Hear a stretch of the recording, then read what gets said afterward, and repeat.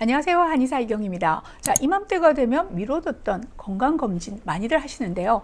검진 중에 혈액검사에 중장년층에서 가장 많이 나타나는 이상지표 중 하나가 바로 콜레스테롤의 문제가 아닐까 합니다. 흔히 건강에 나쁜 것 정도로 인식되어 있지만 실제로 콜레스테롤에 대해 정확히 알고 계시는 분들이 많지 않은 것 같아요.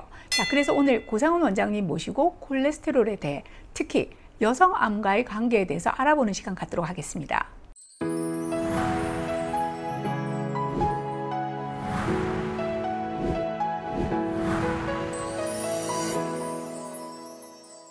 안녕하세요, 원장님. 네, 안녕하세요. CS 한방병원 외과 고상훈입니다. 방금 원장님도 말씀하셨지만 콜레스테롤 하면 되게 건강에 나쁜 물질 정도로 알고 계시지만 사실 우리 몸에 꼭 필요한 지방 성분입니다. 콜레스테롤은 지질의 일종으로 모든 세포의 세포막 구성 성분이고요. 호르몬, 담즙산, 비타민 D를 만드는데 필수적인 물질이기도 합니다.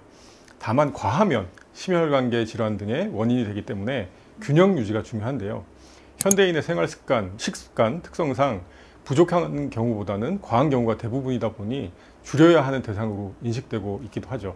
자, 이제는 콜레스테롤이 고지혈증과 고혈압 등의 질환과 직결된다는 것은 잘 알려진 건강 상식이죠. 자, 그런데 오늘은 특별히 여성암과 콜레스테롤과의 관계에 대해 알려주신다고 하셨는데요. 자, 여성암이라고 하면 유방암, 자궁내막암, 난소암 등이잖아요. 암, 그 중에서도 여성암과 콜레스테롤의 연관성에 대해서는 좀 생소하게 느끼시는 분들 많을 것 같습니다. 그런데 콜레스테롤과 여성암은 단순한 관계 이상으로 호르몬, 대사, 세포 성장과 밀접하게 연관이 되어 있고요. 최근 연구들에서도 이 사이의 상관성이 점점 더 주목받고 있죠.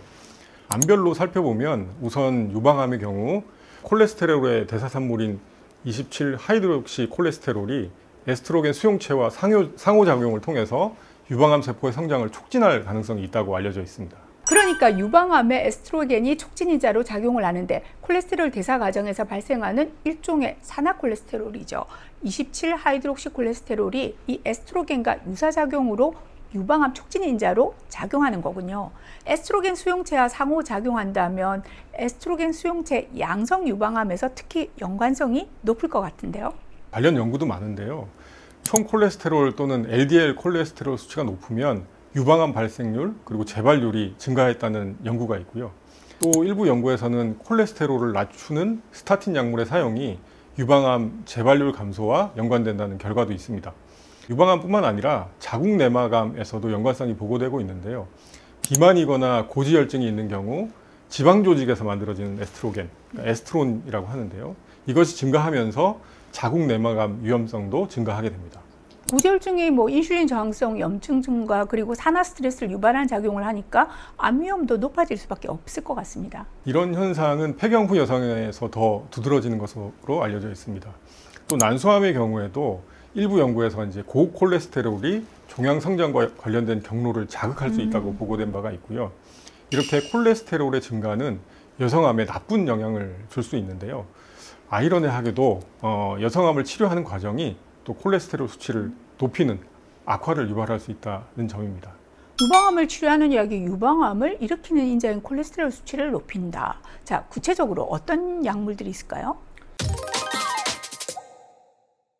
유방암, 자궁내막암 등 여성 호르몬 관련 암에서는 타목시펜, 아로마타제 억제제 같은 이런 약들이 흔히 사용이 되는데요. 이 약물들은 에스트로겐 억제를 통해서 암 재발을 막지만 동시에 지질대사 이상을 유발을 할 수 있습니다. LDL 콜레스테롤이 증가를 하고 HDL 콜레스테롤은 감소하면서 중성지방도 증가하는 상태를 보이게 되죠.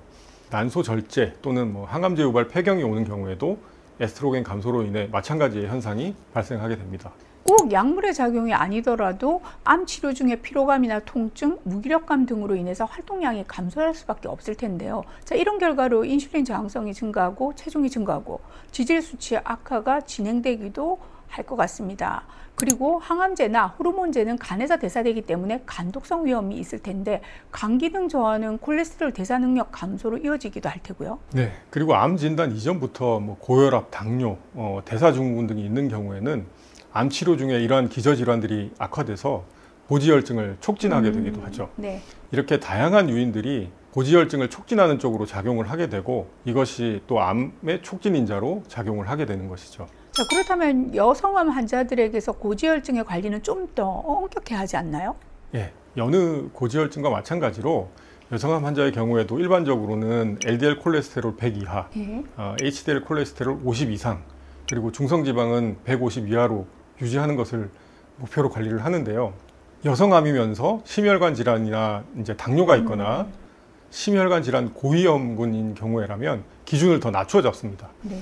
물론 여느 고지혈증과 마찬가지로 식이 조절과 운동을 꾸준히 하는 것이 가장 기본이고 그 다음으로 약물 치료를 고려하게 됩니다. 일반적인 경우라면 LDL이 160 이상이라면 생활 습관 개선 후에 경과 관찰하고 경과에 따라서 약물 치료를 고려하게 될 텐데요. 암 치료 중이라면 또 어떤가요? 암 치료 중에는 LDL 콜레스테롤이 100 이상일 경우에도 조기 약물 치료를 고려를 하게 되죠. 치료 중이 아니더라도 유방암, 자궁 내막암 병력에 또 폐경기인 경우라면 LDL 100 이상에서 약물 치료를 강력히 고려를 하고요. 네. 암 병력의 심혈관 질환, 또 당뇨, 심혈관 질환 고위험군 이런 경우에는 70 이상만 되어도 약물 치료를 적극 권장합니다. 고지혈증 하면 약물 치료만 생각하시는데 저희 CS에서는 고지혈증의 관리에 이제 광양자 치료를 활용해서 좋은 결과들을 보이고 있죠. 여러 가지 환경상 콜레스테롤 수치에 엄격하고 민감할 수밖에 없는 암 환자분이시라면 적극적으로 활용해 보시기를 권유드립니다. 자, 여기에 덧붙여서 해독이나 생리 활성화 치료 같은 한방 치료도 좋은 효과를 보이고 있으니까요. 관련 영상 참고해 보시면 좋겠습니다. 자, 일반적으로도 고지혈증은 심혈관 질환, 당뇨병, 지방간 등과 연관이 있어서 조기 관리가 중요하죠. 특히 유방암 환자의 경우라면 장기간 생존 후에도 심혈관 질환으로 인한 사망률이 높아질 수 있고 무엇보다 암의 발생과 경과에도 밀접한 관련이 있는 만큼 콜레스테롤에 대해서 정기적으로 체크하고 꾸준히 관리하시는 것이 필수라 할 수 있겠습니다.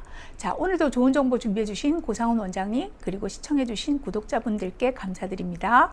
감사합니다.